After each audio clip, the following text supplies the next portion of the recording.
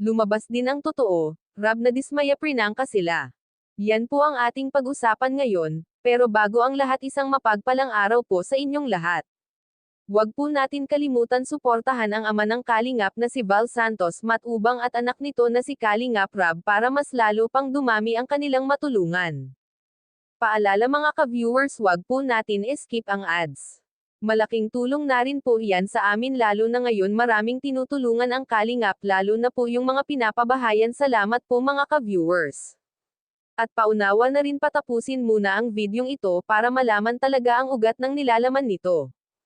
Ngayon pag-usapan natin nagkwento ng tatlong magkapatid na kung saan po ay marami sa kanilang nakakapansin sa kanilang behavior mga ka-viewers.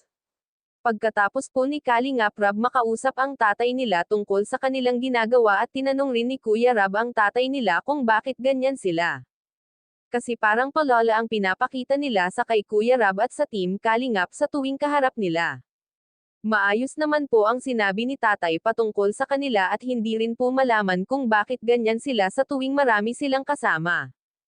At sa tuwing kinakausap sila, Kuya Rob ay agad itong pumasok sa bahay nila para kausapin at prangkahan sila sa ginagawa nila. Naabutan po ni Rob na kinakausap ni nanay sila Chris, Melissa, at Bea, at agad naman silang prinka ni Rob kung ano ang dapat nilang gawin kapag kasama sila. Kasi mga Kalingap napakahirap po silang kausapin kahit ilang beses po sabihan sila kung ano ang dapat nilang gawin. Paano nga po silang matutulungan kung palaging ganyan sila? Sino po ang matutuwa sa kanilang tumulong kung mismo ang sarili nila hindi tinutulungan? Okay naman Chris, kahit papano po ang problema si Melissa at Bea, nahihirapan po sila Kuya Rob sa kanila. Maswerte nga sila kasi sa dami ng nangangailangan na tulong ng Kalingap ay isa sila sa natulungan, at hindi po sumusuko si Kalingap Rob sa kanila. Nasabi nga ni nanay kay Kuya Rob na maraming salamat sa lahat ng ginagos ni Kuya Rob para sa magkakapatid at hindi sumusuko sa kanila, sila palagi ang iniisip mabago ang buhay nila at ang makapag-aral. Narito po ang maikling video, panoorin po natin kung paano sila prinangka ni Kalingap Rob. Yung harap. Yung tinuro ni Dr. Lab. Oh. Ayan.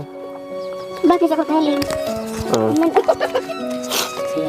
Hawakan mo lang yan, ang ganyan lang. So, sana nag-enjoy naman po kayo sa simpleng picnic, no, para maiba naman po yung paligid nyo, environment. And yun nga lang, medyo si Bea at si Melissa medyo ano pa rin, talaga nahiya pa rin. Si Chris, okay na si Chris. So, sana sa susunod ay ano na rin, yung kahit hindi makipag-usap, basta marunong lang makisama. Pagkakain, kumain. Oo. Pag ma-swimming, ganun lang naman.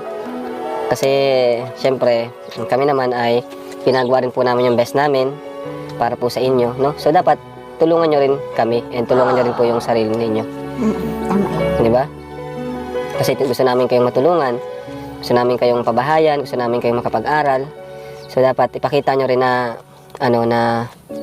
na-appreciate yung ginagawa namin, na tinutulungan nyo rin yung sarili nyo. Kaya, yun lang naman po. Nay. Grabe mga ka-viewers ang ginagawa ni Kalingap Rob sa tatling magkakapatid, nakakabilib po. Kahit kailan hindi sumusuko si Rob sa kanila kahit alam naman natin na medyo nahihirapan na sila sa magkakapatid. At totoo naman po ang sinasabi ni Rob sa kanila, sana po tulungan nila ang mga sarili nila, sana kahit pa kunti-kunti po para naman kahit papano may pagbabago. Marami rin nag-aalala sa kalagayan nila. Talo pa nga sila ni Chris kasi kahit palaging tulala si Chris ay marunong makisama. Mga ka-viewers, maraming salamat po sa patuloy ninyong pagsuporta sa amin. Hanggang dito na lang po muna ang ating kwento.